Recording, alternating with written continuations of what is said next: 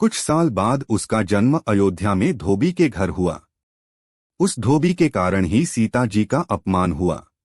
दोस्तों, हिंदू धर्म में हम सभी रामायण की कथाओं से अच्छी तरह से वंचित हैं। माता सीता, श्री राम और लक्ष्मण जी के वनवास काटने की कहानियां भी हम बचपन से सुनते आ रहे हैं।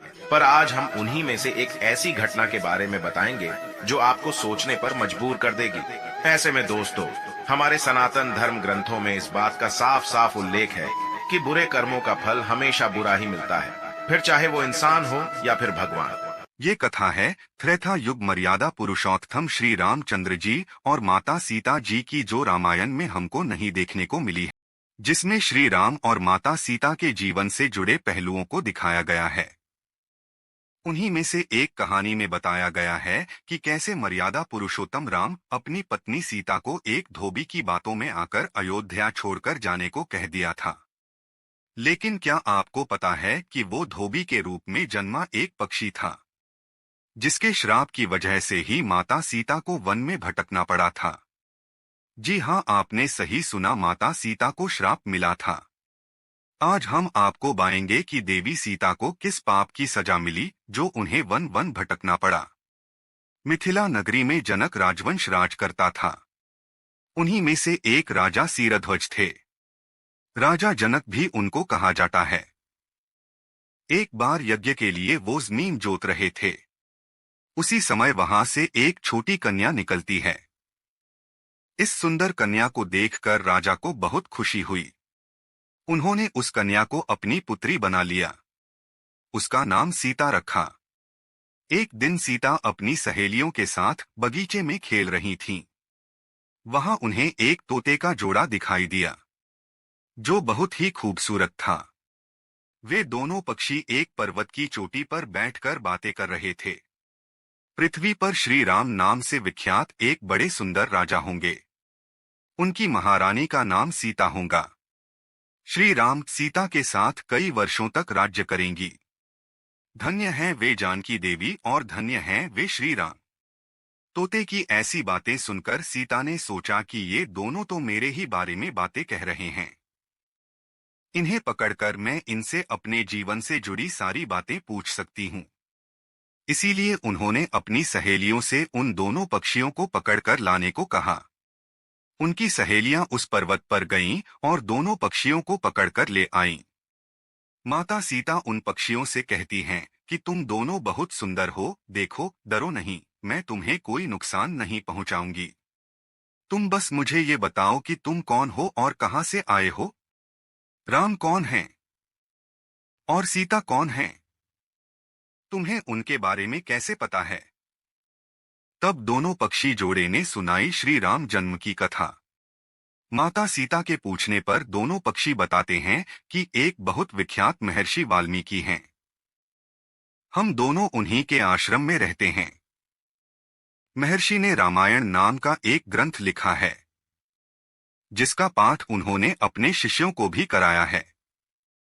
उन पक्षियों ने सीता को ये भी बताया कि इस ग्रंथ में महर्षि वाल्मीकि ने बताया है कि महर्षि ऋष्यशृंग के द्वारा किए गए पुत्रष्टि यज्ञ से प्रसन्न होकर भगवान विष्णु, राम, लक्ष्मण, भरत और शत्रुघ्न, ये चार मानव शरीर धारण कर पृथ्वी पर जन्म लेंगे। बड़े होने पर श्री राम महर्षि विश्वामित्र और अपने छोटे भाई लक्ष्मण के साथ हाथ में धनुष लिए मिथिला आएंगे और शिव जी के धनुष को तोड़कर सीता से विवाह करेंगे। माता सीता उन्हें कहती हैं कि मैं तुम दोनों को तभी छोड़ूंगी जब श्री राम यहाँ आकर मुझसे विवाह करेंगे। तब तक तुम दोनों आराम से मेरे घर में रह सकते हो। ये सुनकर मादा तोता जानकी से कहती कि हम वन के पक्षी हैं, हमें घर में सुख नहीं मिलेगा। मैं गर्भवती हूँ, मुझे जाने दो, मैं अपने स्थान पर जाकर बच्चे पैदा करूंगी। आप चाहें तो उसके बाद फिर से यहाँ आ जाऊंगी।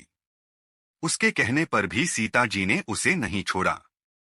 तब उसके पति यानी नर तोते ने कहा, सीता, मेरी पत्नी को छोड़ दो, वो गर्भवती है। जब ये बच्चों को जन्म दे देगी तब उसे लेकर मैं फिर तुम्हारे पास आ जाऊंगा। तब माता सीता ने कहा, तुम आराम से जा सकते हो, लेकिन ये मुझे बहुत पसंद है। तुम घबराओ नहीं, मैं इसकी अच्छे से देखभाल करूंगी। जब सीता ने उस मादा तोते को छोड़ने से मना कर दिया, तब वो पक्षी दुखी हो गया। पक्षी दोबारा सीता जी से निवेदन करता है कि मैं अपनी पत्नी के बिना जिंदा नहीं रह सकता, इसलिए इसे छोड़ दो।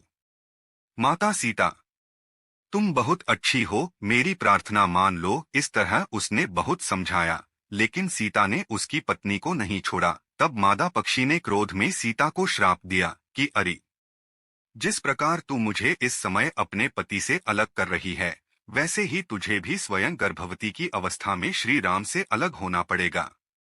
कुछ दिन बाद पति से बिछड़ने के दुख में मादा पक्षी के प्राण निकल गए। पत्नी की मौत हो जाने पर नर पक्षी दुखी हो गया।